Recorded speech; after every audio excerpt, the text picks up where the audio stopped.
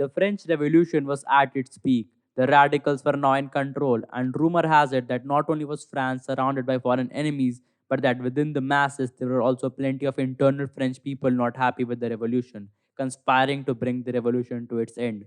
Therefore, a new committee known as the Committee of Safety was established with 12 members, with their head spokesman being Maximilien Robespierre.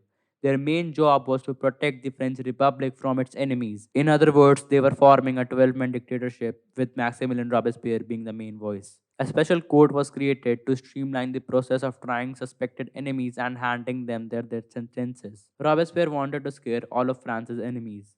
In September 1793, it was announced that terror would be the order of the day. Fear had become the official government policy. From that day onwards, a devastating period had started, a period we today know as the Reign of Terror. Over 17,000 people were executed, spies and secret police everywhere. France's public had to be very careful of what they do or say, and even criticizing this new system or the government would simply mean your execution. If this wasn't enough, then even minor offenses could have you tried before the revolutionary tribunal, using old terms, showing sympathy towards the already dead king, complaining over prices, or even people on whom Robespierre had a little suspicion, all sent to the guillotine. Soon enough, almost 40,000 were killed for suspected crimes against liberty, like literally liberty. On 16th October 1793, the former queen, Marie Antoinette, was sent to the guillotine.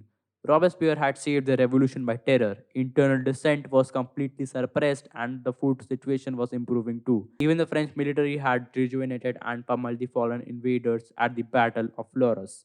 Danton and his followers thought that this is the right time to normalize the French Republic, stop the costly wars, and rein in the terror. But guess what? When they tried talking it out with Robespierre, they all were executed as well.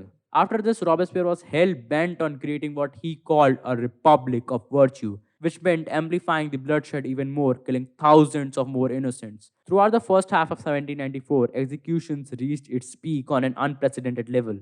This period is called as a Great Terror. Robespierre even executed the ones closest to him if they dare say anything about his ideas.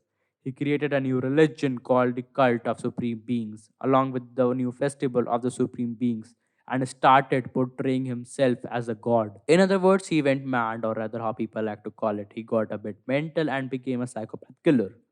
Okay, no one called him a psychopath killer, it's just me.